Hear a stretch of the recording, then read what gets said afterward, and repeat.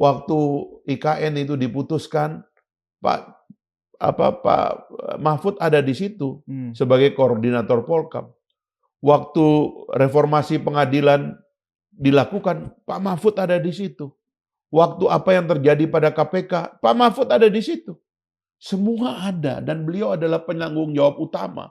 Termasuk penyelenggaraan pemilu 2024 ini, penanggung jawab hariannya adalah Pak Mahfud. Nah, secara spesifik, Bung, tentang apa yang disampaikan oleh Pak Mahfud ya. Ya. Bahkan Pak Jokowi pernah mengatakan ke Pak Mahfud pada saat beliau mundur sebagai Menko Polhukam, Ya. 2 Februari 2024, Ya. pada saat Pilpres kemarin itu, bahkan Pak Jokowi memuji Pak Mahfud sebagai satu-satunya Menko Polhukam terlama selama beliau menjabat sebagai presiden. Ya. Terlama, ada 4 tahun, ya kan? Artinya itu pun kan Pak Mahfud mundur ya, bukan karena diberhentikan Ya. gitu loh. Tetapi saat ini tudingan-tudingan atau opini-opini dari seorang Mahfud MD, ya kan, itu seolah-olah memori yang baik tentang atasannya itu kok tiba-tiba entah taruh di mana ya.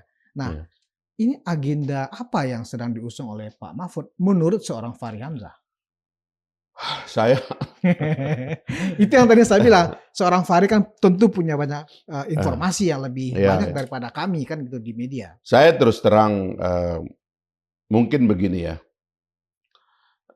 mungkin kalau subjektif ya, saya menganggap bahwa mungkin Pak Mahfud kurang memikirkan keputusan-keputusan politiknya yang membuat beliau berada dalam goncangan yang cukup berat lah gitu, sehingga membuat beliau mengambil sikap-sikap yang tidak wajar. Artinya ini residu dari Pilpres? Ya, dari Pilpres dan yang lain-lain. Kan sebenarnya kan ada masalah begini. 2019 itu Pak Jokowi kan ingin Pak Mahfud. Ya. Tapi kan Pak Mahfud nggak sadar bahwa yang menolak beliau bukan Pak Jokowi. Partai-partai. Nah, yang menolak itu, ya saya nggak sebut, tapi yang jelas bukan Pak Jokowi. Lalu kemudian beliau sudah pakai baju dan sebagainya, kecewa. Ya. Setelah itu, Pak Jokowi menang. Dengan tantangan dari banyak orang, Pak Mahfud diminta jadi Menko Polkam. Betul. Menko Polkam loh. Itu bukan jabatan main-main. Betul. Itu tadi saya bilang, RE1, RE2, RE3-nya istilah itu Menko Polhukam, kan begitu? Saya bilang ya, Menko itu dalam tradisi kita tuh tidak ada undang-undang. Betul. Karena dia orangnya presiden. Dia orang yang paling dekat dengan presiden, perkara keamanan, perkara hukum dan hak asasi manusia. Perkara politik. Perkara politik. Jadi sebenarnya, dan saya dengar banyak yang menentang. Kenapa Pak Jokowi meletakkan dia? Tapi ditaruh oleh Pak Jokowi dan berharap tentu Pak Jokowi tulus ingin Pak Mahfud membenahi politik, membenahi hukum, keamanan, HAM, semua. Dan dalam 4 tahun bekerja, tidak ada komplain tentang Pak Jokowi. Betul. Masa seorang guru besar, mantan ketua Mahkamah Konstitusi Republik Indonesia tidak tahu apa yang terjadi di depan mata dia?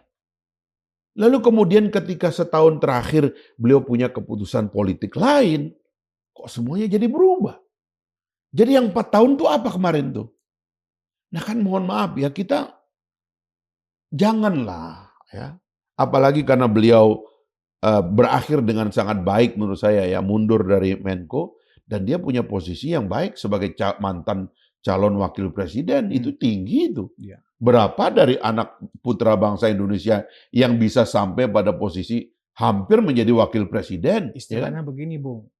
Walaupun kalah, tapi kan sempat terdaftar, tercetak namanya di kertas suara. Itu kan luar biasa, Bung. Ditonton sama semua warga negara. Ya kan? Di ratusan juta itu. Pencapaian yang sangat luar biasa. Miliar triliunan uang APBN untuk mencetak nama beliau. Di seluruh kertas suara yang akhirnya beredar dan dipegang oleh rakyat Indonesia ini. Kan sudahlah. Itu kan sudah baik. Coba kembalikan memori beliau kepada waktu memimpin Mahkamah Konstitusi, so far so good di zaman Pak SBY. Waktu 4 tahun beliau bertugas untuk membenahi sektor politik, hukum, keamanan, hak asasi manusia. Itu beliau. Kenapa memorinya setahun terakhir? Yang sangat partisan. Menurut saya ini yang perlu dikoreksi dari beliau. Karena itu kita berharap beliau juga sebagai sedikit orang yang pernah dalam posisi itu positif melihat situasi Kalau ke itu depan. dianggap sebagai mewakili suara publik, gimana, Bung?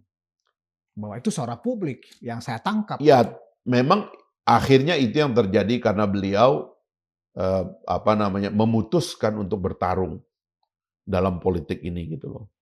Tapi hemat saya ya, saya pernah menjadi anggota Komisi 3 bareng dengan Pak Mahfud. Sama-sama duduk sebagai anggota Komisi 3.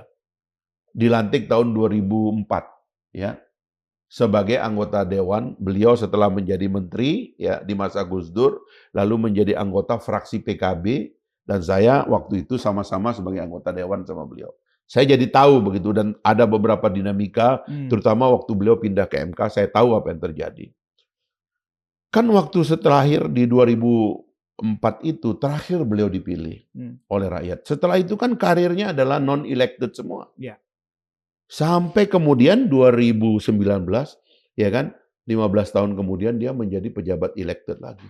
Menurut saya ya, mungkin beliau kembali ke komunitasnya yang non-elected. Jangan jadi politisi deh. Menurut saya mendingan jadi negarawan, kembali ke tengah ini gitu. Sebab menjadi ganjil kita melihatnya hal-hal seperti ini. Kita memerlukan energi besar untuk bersama, untuk bersatu, untuk melihat nasib bangsa dalam transformasi ini. Waktu IKN itu diputuskan, Pak Mahfud ada di situ sebagai koordinator Polkam. Waktu reformasi pengadilan dilakukan, Pak Mahfud ada di situ. Waktu apa yang terjadi pada KPK, Pak Mahfud ada di situ. Semua ada, dan beliau adalah penanggung jawab utama. Termasuk penyelenggaraan pemilu 2024 ini, penanggung jawab hariannya adalah Pak Mahfud.